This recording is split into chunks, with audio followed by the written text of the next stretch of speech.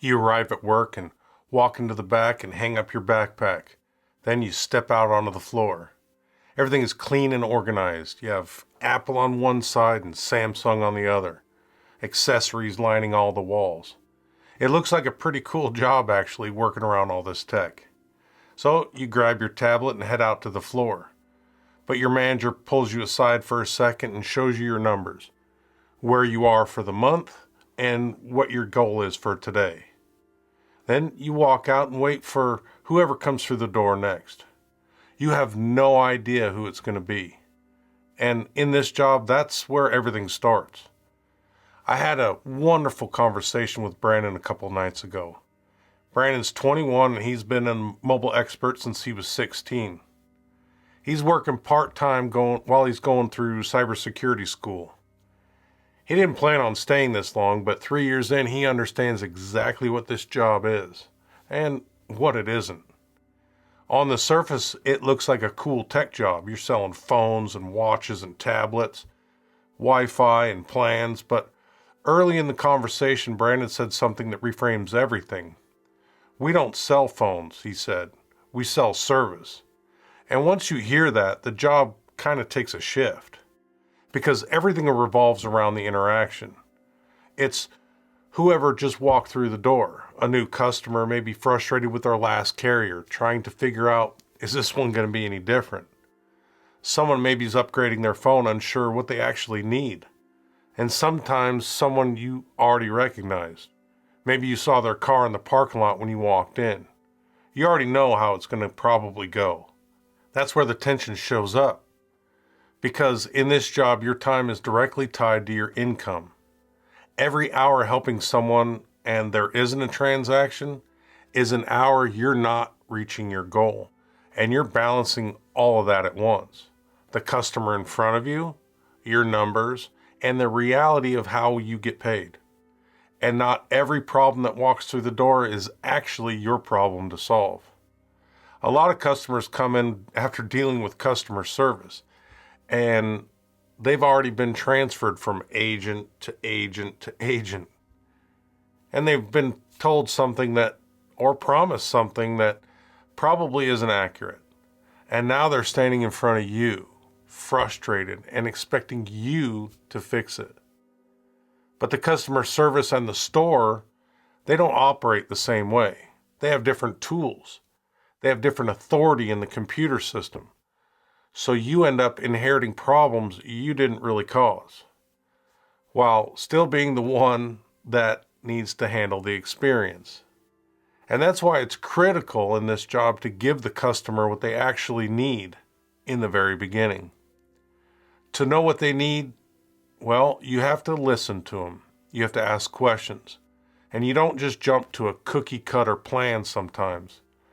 It's just a good way of operating. It's good business. Now, some days you walk in and the store is completely empty.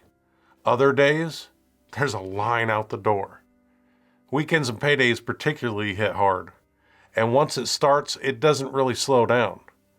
You're moving from one person to the next, and you're resetting your tone and your energy every time. Someone walks in frustrated, you might just slow down a little bit, maybe soften your tone. The next person, they know exactly what they want, so you can kind of speed up and help them right along. Then someone else comes in unsure, maybe they're overwhelmed because there's a lot of options, and you get to adjust again. That ability to read someone quickly and meet them where they are is everything in this job. Because the work isn't just explaining plans and helping them choose the device. It's understanding people and how to handle that. That shows up directly in what you make too.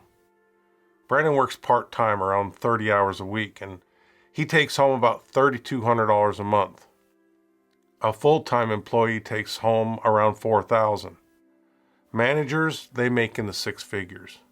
And the path to management isn't as steep as you might imagine. But base pay gives you the floor, and the commission gives you the ceiling. And that ceiling moves based on how well you connect, how consistently you perform, and how you use your time. But that part doesn't really hit you until you're on your own. Getting into the job is simple, maybe a high school diploma or a GED. And then, depending on the company, there could be up to 3 months of training.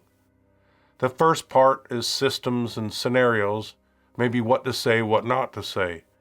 Then you spend your time on the floor watching, learning, you're shadowing somebody. And then you take a test, and if you pass, you're certified. And the next day, you're on your own.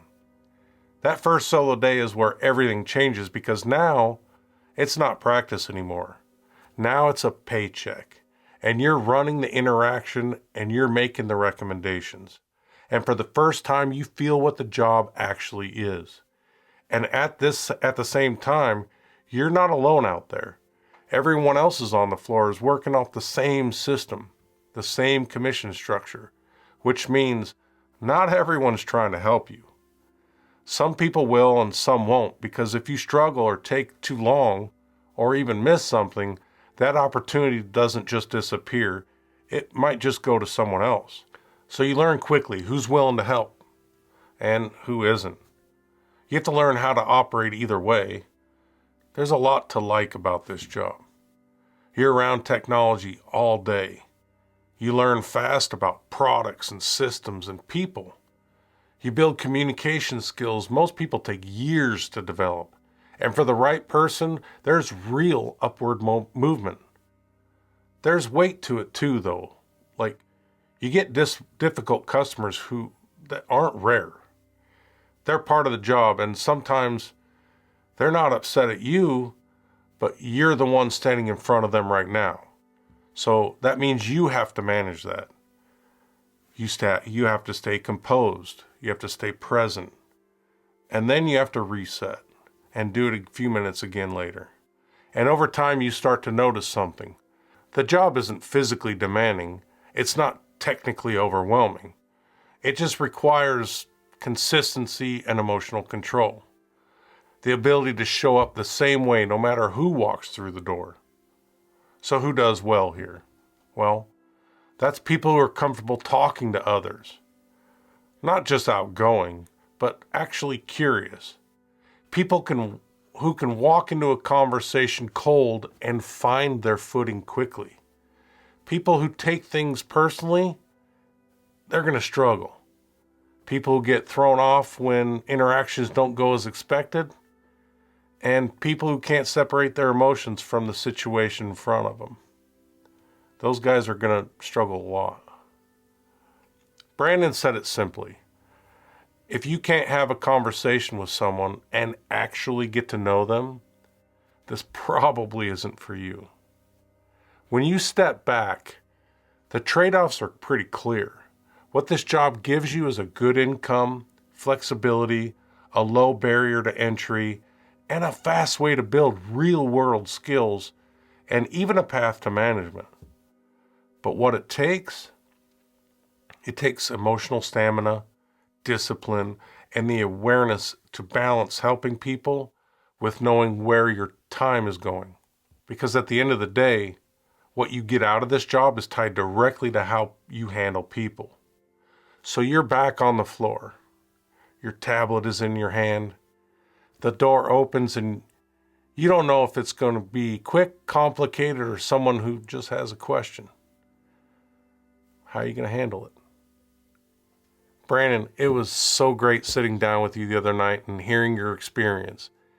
Thank you for taking us through your experience on the job as a mobile expert. We thank you so much.